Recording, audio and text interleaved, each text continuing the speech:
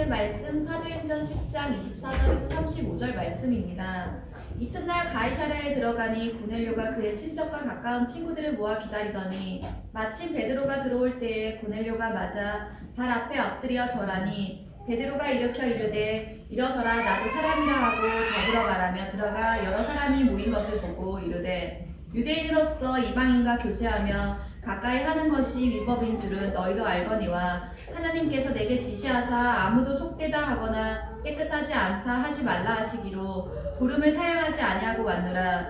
묻노니 무슨 일로 나를 불렀느냐. 고넬료가 이르되 내가 나흘 전 이맘때까지 내 집에서 제9시 기도를 하는데 갑자기 한 사람이 빛난 옷을 입고 내 앞에 서서 말하되 고넬료야 하나님이 내 기도를 들으시고 내 구제를 기억하셨으니 사람을 요바에 보내어 베드로라 하는 시몬을 정하라. 그가 바닷가 무도장이 시몬의 집에 유숙하느니라 하시기로 내가 곧 당신에게 사람을 보내었는데 오셨으니 잘하였나이다. 이제 우리는 주께서 당신에게 명하신 모든 것을 듣고자 하여 다 하나님 앞에 있나이다. 베드로가 입을 열어 말하되 내가 참으로 하나님은 사람의 외모를 보지 아니하시고 각 나라 중 하나님을 경외하며 의를 행하는 사람은 다 받으시는 줄 깨달았도다. 아멘. 각 나라 중 하나님을 경외하며 의를 행하는 사람은 다 받으시는 줄 깨달았도다. 하나님이 받으시는 사람이라는 제목으로 말씀을 나누겠습니다. 오늘 고넬료가 백부장, 로마의 백부장 고넬료가 복음을 받고 성령 세례를 받는 그러한 일은 하나님께서 지금 이방 세계에 선교의 문을 활짝 여는 그런 놀라운 일입니다. 이방 선교의 문을 열었다는 것은 고넬료를 비롯해서 우리에게까지 복음이 들어오는 거예요. 그전에는 어떻게 했어요? 이스라엘에게만 국한되었다라고 생각을 한 거죠, 이 복음이. 근데 그렇지 않아요. 여러분, 이스라엘 백성들은, 유대인들은 하나님이 자기들만의 신이라고 생각했던 거예요. 자기들은 선택받았고, 이방인들은 어떻게 했어요? 개나 돼지로 생각했던 거예요. 이방인들은 하나님의 집에 들어올 수 없다, 그래서 위법하다, 이렇게 생각을 했던 거죠. 그런데 뭐예요? 오늘 고넬료가 복음을 듣고 세례를 받음으로 인해서 하나님이 유대인들만의 신이 아니라 어떻게 했다고요? 온 우주 만물의 주인이시다. 여러분, 저는요, 오늘 이 고넬료가 예수님을 영접하고 세례를 받고 하는 이런 일들이요, 굉장히 중요한 일입니다. 사도행전에서 굉장히 중요한 사건인데요, 저는 이 사건을 보면서 다시 한번 고백하는 건 뭐냐 하면, 하나님께서는요, 기독교인의 하나님이 아니에요. 기독교인만의 하나님이 아닙니다. 하나님은 온 우주 만물의 주인이십니다. 지금도 세상 역사를 움직이고 계시는 분이 누구라고요? 하나님이세요. 사람들은 어떻게 생각하냐 하면 기독교인들의 신이라고 생각을 해요. 하나님은 어떤 특정한 종교의 하나님이라고 생각해요. 여러분, 그렇지 않습니다. 하나님은 지금도 들의 꽃도 지고 피는 것을 하나님이 주장하시는 것처럼 한 나라의 운명 또한 하나님께서 전 세계의 운명 또한 하나님의 손에 있습니다, 여러분. 저는 그것을 믿고요. 우리는 하나님을 예배해요. 하나님의 이름을 부릅니다. 그래서 하나님이라는 분이 계시다. 여러분, 믿으십니까? 하나님이라는 신이 실제한다. 눈에 보이지 않지만 그분은 실제하고, 그 하나님이라는 분은 인격적인 신이시다. 그리고 신실하신 분. 인격적인 신이라는 것은 뭐냐 하면, 우리는 뭐예요? 인격적 존재이기 때문에 인격적 교제가 가능하다는 얘기예요. 하나님의 형상을 닮아서 우리도 하나님과 인격적인 교제를 나누는 자예요. 그리고 그 하나님께서는 초월적인 분이세요. 우월하시다고, 인간보다 우월하신 분이에요. 그 하나님이 초월적이시면서도 불구하고 인격적이라는 얘기는 우리와 사귐이 가능하다는 얘기거든요. 그렇다면 어떻게 해야 되겠습니까? 따라서 우리는 하나님을 의지해야 돼요. 하나님 안에 있을 때만 우리의 영육 간의 평강을 얻습니다. 실제로요. 신앙생활이라는 것은 하나님을 예배하는 거예요. 하나님이 실제로 존재하신다, 살아계신다는 걸 믿고 나의 모든 삶을 살아가는 거예요. 우리가 예배를 드립니다. 예배를 드린다는 것은 여러분 그냥 찬양을 부르고 설교를 듣고 헌금을 하는 종교 행위가 아니에요. 그런 종교 행위가 아니라 예배의 가장 중심된 목표는 뭐죠? 하나님을 예배하는 거예요. 하나님이 실제로 존재하신다는 것을 경험하는 겁니다. 그래서 여러분 이 시간에 하나님을 나는 만났다, 이 경험을 하고 돌아가셔야 돼요. 나는 예배를 보고 간다가 아니라 예배를 봤다가 아니라 나는 하나님을 체험했다, 경험했다. 여러분 한 사람 한 사람이 나는 하나님을 만났다는 그 경험을 가지고 이 전을 나갔으면 좋겠어요. 하나님을 실제로 만나 주십니다. 그것을 경험하셔야 돼요. 그래서 예배의 본질은 하나님을 만나는 거예요. 하나님을 만나면 어떻게 될까요? 그 하나님을 닮게 되겠죠. 하나님을 닮게 되고 하나님이 인격적인 분이라는 걸 경험하게 되는 거예요. 그러면 어떻게 됩니까? 우리가 거룩해지는 거예요.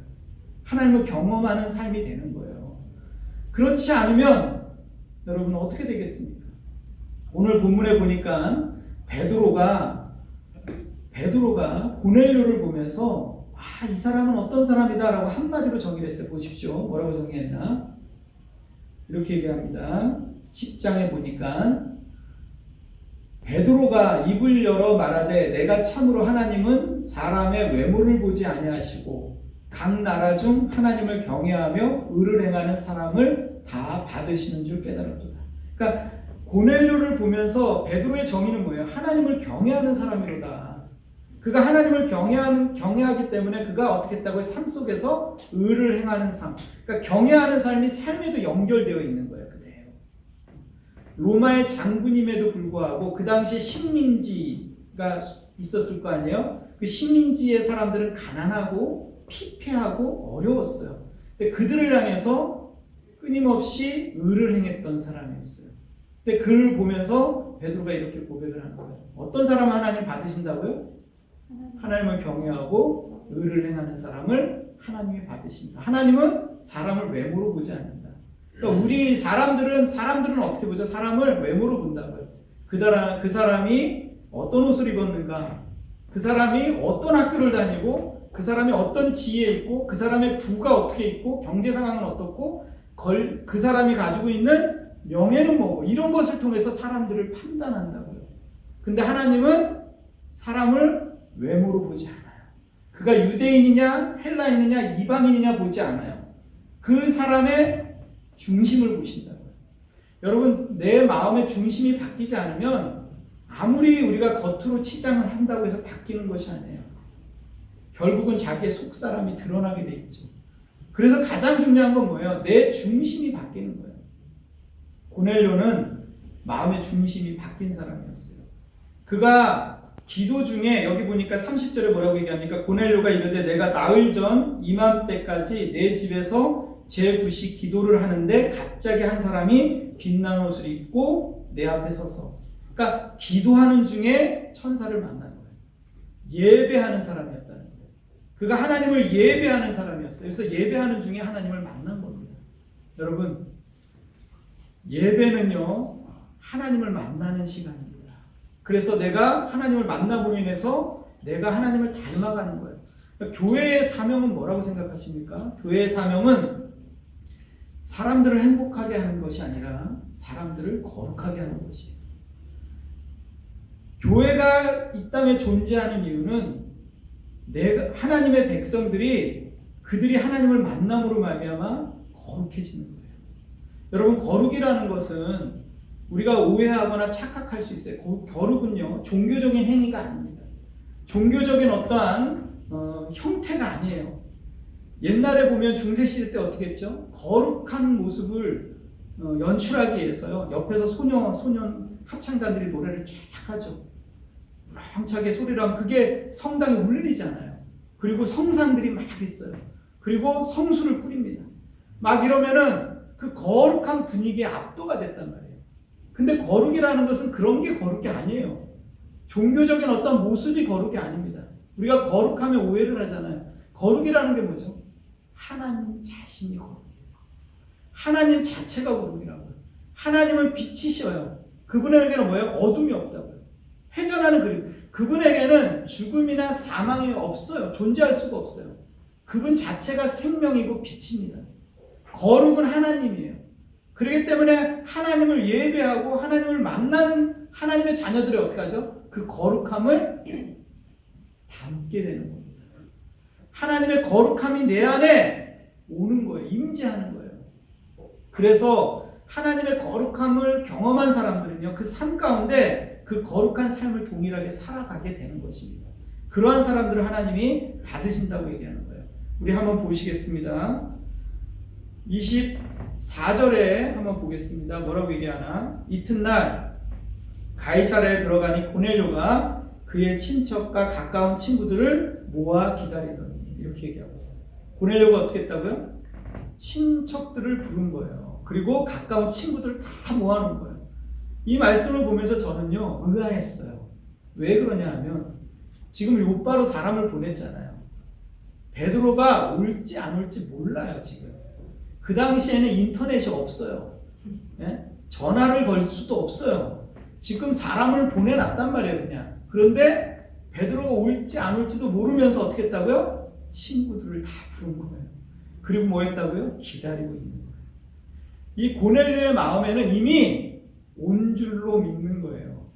믿음의 확신이 있는 거예요. 그가 하나님이 지금 일을 하시고 계시다. 하나님을 경외하는 자는 하나님의 일하심을 믿는 거예요. 여러분, 믿음은요, 보이지 않는 것들의 증거예요. 바라는 것들의 실상이라고요. 실제로 이것이 이루어졌다는 것을 믿는 것이 믿음입니다. 하나님이 살아계신다. 여러분 믿으십니까? 이게 믿음이라고요. 나는 눈에 보이지 않는데, 하나님이 만져지지 않는데, 느껴지지 않는데 어떻게 믿냐고요? 하나님이 살아계시다는 것을 보이지 않는 것들의 증거, 바라는 것들의 실상, 이게 믿음이 그래서 신비로운 거예요, 여러분. 내가 믿는다, 믿습니다, 믿습니다 10번 소리친다고 해서 믿어지는 게 아니라고요. 옆에 사람이 너 믿어! 그래서 믿어지는 게 아니에요. 믿음은 뭐예요? 내 마음속에서부터 생겨나는 거예요. 그 믿음이 있습니까, 여러분? 이건 놀라운 거라고요. 저는 제일 감사하는 게 뭐냐면 하나님에 대한 믿음이 내 안에 생겼다는 거. 그게 너무너무 신비로워요. 여러분에게도 그 믿음이 있었으면 좋겠습니다.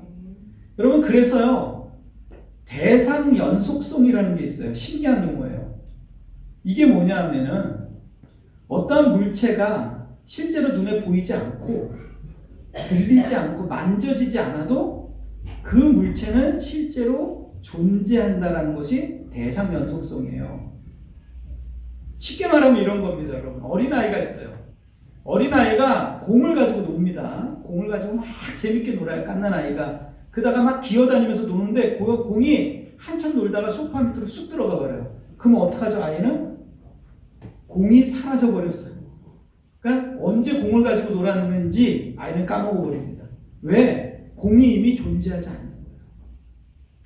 그래서 아이들에게는 무슨 놀이를 합니까, 여러분? 깍꿍놀이라는 거예요. 깍꿍놀이. 엄마가 얼굴을 확 가렸다가 확 나타나요. 그러면 아이에게는 이게 뭐냐 하면은 마술이에요, 마술.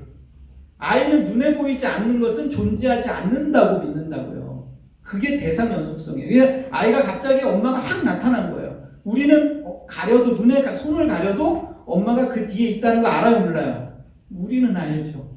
아이는 뭐예요? 그 대상 연속성이 이해가 되지 않는 거예요. 이해가 되십니까? 마찬가지예요, 여러분. 눈에 보이지 않다고 존재하지 않는 것이 아니에요. 눈에 보이지 않는 것이 오히려 훨씬 더 큽니다, 여러분. 사랑이 눈에 보입니까? 용기가 눈에 보여요?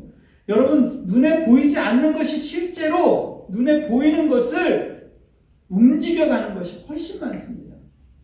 예를 들면 여러분, 등산을 한다고 생각해 보십시오. 에베레스트 산을 등반할 때 그 높은 산을 등반하기 위해서 사람들이 준비를 해요. 텐트, 방수 텐트를 준비를 하고, 먹을 음식을 준비를 하고, 그 다음에 도구들을, 등반할 수 있는 도구들을 하나씩 준비를 하고 배낭을 챙깁니다.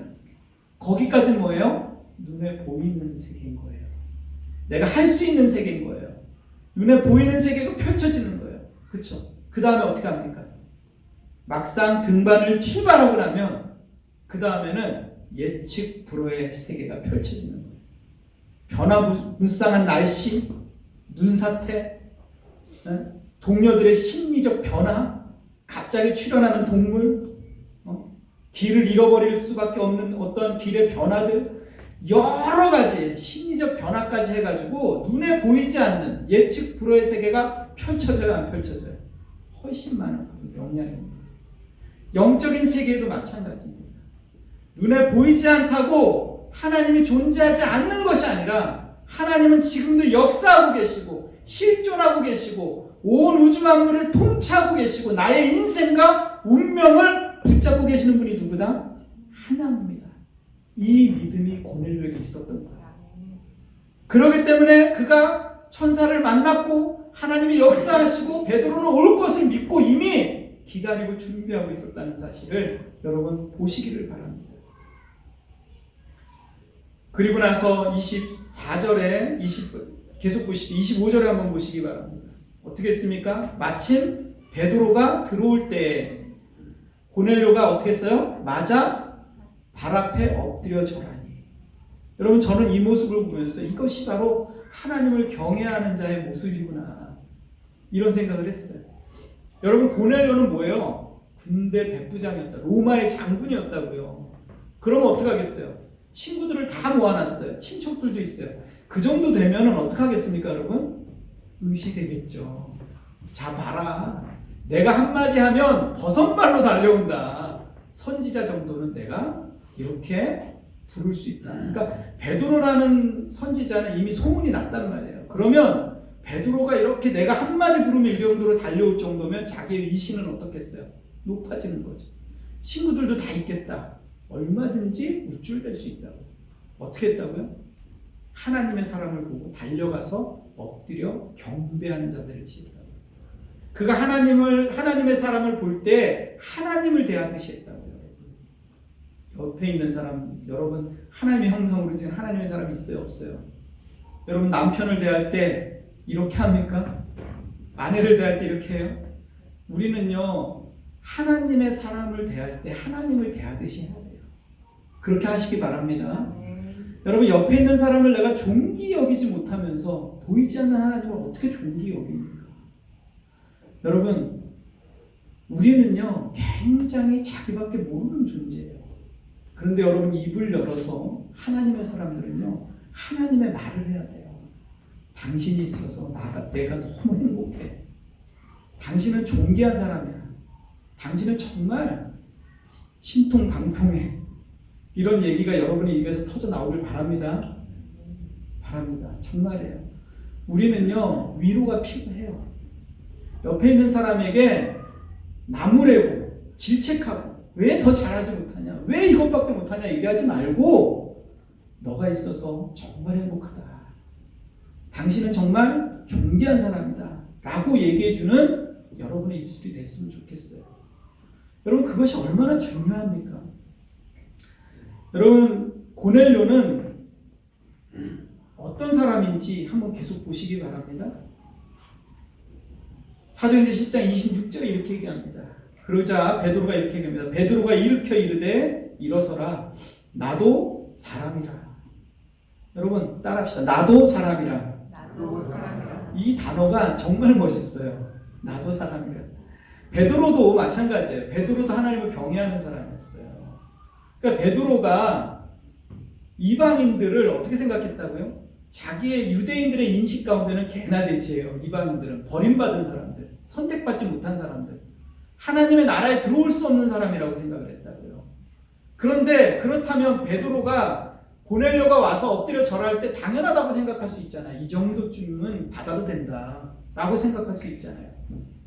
그렇죠? 그런데 우쭐대면서 이렇게 할 수 있어요. 아이고 이렇게까지 하십니까? 하면서 일으켜주는 척하면서 경배받을 건 다 받고 아이 뭐 이렇게까지 할 거는 없습니다. 이럴 수 있잖아요. 근데 베드로가 어떻게 했다고요? 나도 사람이라. 베드로는 단호했다고요. 자기를 주변 사람들이 높일 때 어떻게 해야 될지 고민해 봐야 돼. 주변 사람들이 인정하고 높일 때 그가 어떻게 했다고요? 나도 사람이다. 여러분 칭찬받을 때, 인정받을 때, 높임받을 때 하나님의 사람은 그때 자신을 낮출 수 있어야 돼요. 우리 모두가 하나님 앞에 사람이고 동등한 사람이에요. 돈을 갖기 시작하고 돈을 벌기 시작하면 어떻게 해요? 사람이 바뀌는 거예요. 내가 돈을 만지고 돈을 벌기 시작하면 저들과는 나는 다른 종자다. 나는 특별한 사람이다. 이런 생각을 하는 거예요. 거만해지기 시작하죠. 명예가 들어가고 권력이 생기고 다른 사람이 나를 높이기 시작하면 어떻게 돼요? 나는 저 사람보다 특별한 사람이다. 다른 사람이다. 이런 생각이 됩니다. 이스라엘 백성이 가졌던 생각이 뭐라고요? 편견이 뭐라고요? 자기들은 독특하고 교만한 사람들을 자기들만이 하나님이 선택했다는 그 교만이 그들에게 있었다는 거예요. 그들이 그러기 때문에 그들이 하나님에 대해서 오해하기 시작합니다. 여러분 안에 이 마음을 가졌으면 좋겠습니다. 그렇다면 여러분 왜 우리가 하나님을 경외해야 됩니까? 하나님께서 나를 경외하라 마치 하나님이 통치자처럼 주권을 행사하면서 종을 부리듯이 신하를 부리듯이 그런 마음으로 나를 경외하라 이렇게 얘기합니까? 그것이 아니에요. 하나님께서 하나님의 자녀에게 하나님을 경외하라고 말하는 이유는 왜 그러냐 하면 우리가 복된 삶을 살기를 원하기 때문에 하나님의 자녀가 고통 가운데 살기를 원치 않기 때문에 그렇게 얘기하는 거예요. 왠지 아십니까? 하나님을 떠나면 하나님을 버리면 우리 안에 고통이 임하기 때문에 그래요. 하나님을 떠나는 순간 인간은 더 이상 인간의 가치를 존엄성을 유지할 수가 없어요. 하나님을 떠난 인간은 짐승에 불과할 수밖에 없기 때문에 그런 거예요. 하나님을 떠나서는 우리는 존재할 수가 없어요. 아까도 얘기했잖아요. 하나님이 온 우주의 만물의 주인이시라는 얘기는 하나님이 없으면 우주 만물은 존재할 수가 없어요. 하나님이 안 계시면 여러분이라는 존재는 존재할 수가 없어요. 호흡할 수가 없다는 얘기예요. 아시겠습니까? 그래서 시편 4편에는 이렇게 얘기합니다. 인생들아 어느 때까지 나의 영광을 바꾸어 욕되게 하며 헛된 일을 좋아하고 거짓을 구하려는가. 우리가 살아가는 이 시대를 향해서 하나님이 말씀하십니다. 어느 때까지 인생들아 하나님의 영광을 욕되게 할 것이다. 그 다음에 나오는 말씀이 뭔지 아세요? 연결해서 나오는 말씀이 이겁니다. 3절에 여호와께서 자기를 위하여 경건한 자를 택하신 줄 너희는 알지어다. 내가 그를 부를 때에 여호와께서 들으시리로다.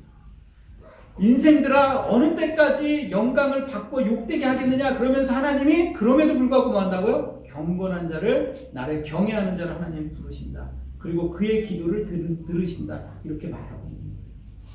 지금 우리 시대를 보시기 바랍니다. 여러분 대한민국이요.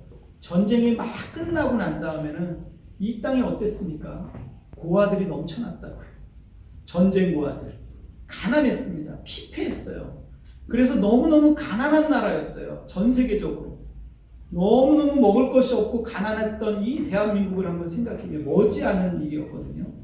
그랬을 때 교회는요 함께 했어요. 가난한 사람들과 함께 했고 나누고 베풀고 함께 했습니다. 교회가 천막을 치고 예배를 드렸어요. 그 다음에 가마니를 깔고 예배를 드렸는데 미어 터질 정도로 가마니를 다 앉아서 예배 드렸잖아요. 넘쳐나도록 사람들이 왔어요. 함께 기도하고 함께 예배를 드렸는데 하나님의 임재를 경험했다고. 두꺼운 하나님의 역사를 경험하면서 교회를 예배를 드리고 나가는 모든 사람들의 얼굴에서 무슨 느낌이 들었냐면 나는 오늘 하나님을 만난다. 눈에 보이지 않는 하나님을 내가 경험했다. 이 마음으로 나갔다. 그랬는데 지금 오늘날 우리가 살아가는 대한민국 어떻습니까 여러분?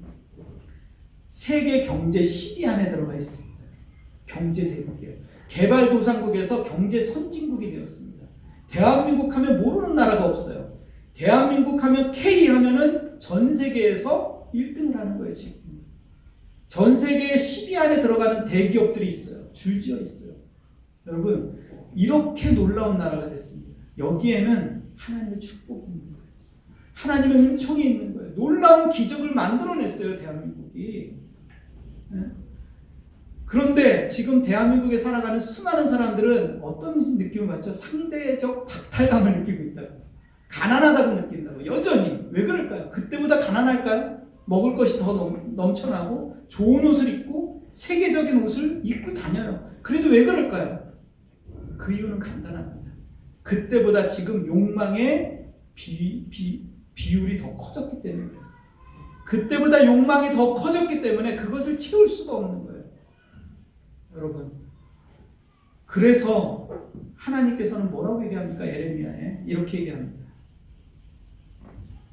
오늘날의 이 상황을 두고 이렇게 말씀하십니다. 내가 너희를 기름진 땅에 인도하여 그것의 열매와 그것의 아름다운 것을 먹게 하였거늘 너희가 이리로 들어와서는 내 땅을 더럽히고 내 기업을 역겨운 것으로 만들었으며 제사장들은 여호와께서 어디 계시냐 말하지 아니하였으며 율법을 다루는 자들은 나를 알지 못하며 관리들도 나에게 반역하며 선지자들은 바알의 이름으로 예언하고 무익한 것들을 따랐느니라. 이렇게 뭐라고요?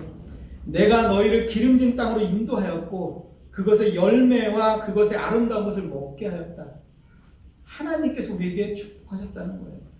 대한민국 하면 1000만 그리스도인을 얘기해요. 십자가가, 교회마다 십자가가 얼마나 넘쳐납니까?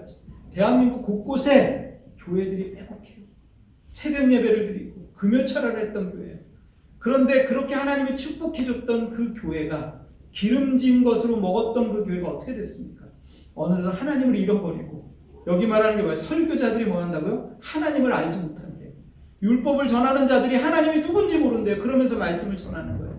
하나님이 누구신지 모르면서 강대상에서 하나님을 외치기 시작하는 거예요. 여기 뭐라고 얘기합니까? 선지자들이 바알을 섬긴다고 얘기하는 거예요. 옛날 신을 다시 섬기기 시작하는 거예요. 물질의 신을 섬기기 시작하고 성공의 신을 섬기기 시작하고 명예의 신을 섬기기 시작하면서 교회가 어떻게 했다고요? 타락했다고 얘기하는 거예요. 그렇게 되니까 하나님이 어떻게 한다고 얘기합니까? 2장 9절에 그러므로 내가 다시 싸우고 너희 자손들과 싸우리라. 여호와의 말씀이에요. 하나님이 너희와 싸우겠다는 거예요. 19절에 내 악이 너를 징계하였고 내 반역이 너를 책망할 것이라. 그런즉 내 하나님 여호와를 버림과 내 속에 나를 경외함이 없는 것이 악이요 고통인 줄 알아. 뭐라고요? 하나님을 경외하는 것이 없는 것이 너희에게 고통이고 악이다. 이렇게 얘기해요. 왜 하나님을 경외하라고 하시는지 아시겠습니까? 하나님을 경외하지 않는 것이 고통이고 악이라고요. 하나님이 그들과 싸우겠다고 얘기하는 거예요. 하나님이 싸우면 이길 사람이 있습니까? 하나님을 버리자 그들에게는 고통이 찾아온 거예요. 우리가 지금 이 시간에 기도해야 될 것이 뭐고 회개할 것이 뭡니까? 한국 교회를 향해서 우리가 마음의 옷을 찢어야 될 게 뭐예요? 지금 우리는 풍요롭고 기름지지만 하나님을 버리고 하나님을 떠난 그런 우리의 현실을 보게 되는 거예요. 하나님의 영광이 지금 땅에 떨어지고 하나님의 이름을 부르는 자들이 없고 하나님을 만나는 예배가 아니라 종교적 행위를 하고 돌아가는 예배들로 넘쳐나는 시대를 살아가고 있는 겁니다. 하나님을 높이기보다는 자신을 높이는 그런 예배가 얼마나 많습니까? 여러분, 우리가 다시 한번 이 말씀을 통해서 생각해 봐야 돼요. 하나님을 떠나면 죽는 거예요. 가지가 나무를 떠나면 어떻게 되죠? 말라서 비틀어져서 불쏘시개가 되는 거예요. 하나님 안에 있을 때 우리는 생명을 누리고 하나님 안에 있을 때 인간은 내가 누군지 알게 되고 내가 어떠한 상황에 처해 있는지 알게 되고 내가 어떠한 삶을 살아야 되는지 알게 되는 거예요. 그리고 하나님 안에 있을 때 보이지 않는 세상이 보이기 시작하는 거예요. 우리는 어떤 존재입니까? 천국을 소망하는 존재잖아요. 미래의 가치를 두고 살아가는 자들이라고요. 미래에 어떤 일이 일어날지 우리가 소망하는 자들이에요. 뭐죠? 우리가 생각하는 것보다 훨씬 큰 세계가 열리는 거예요. 우리가 경험하지 않고 통제할 수 없는, 우리가 모르는 세상이 펼쳐지는 거라고요. 그 세계는 실제 존재하는 세계라는 거예요. 고넬료는 그거를 믿었습니다.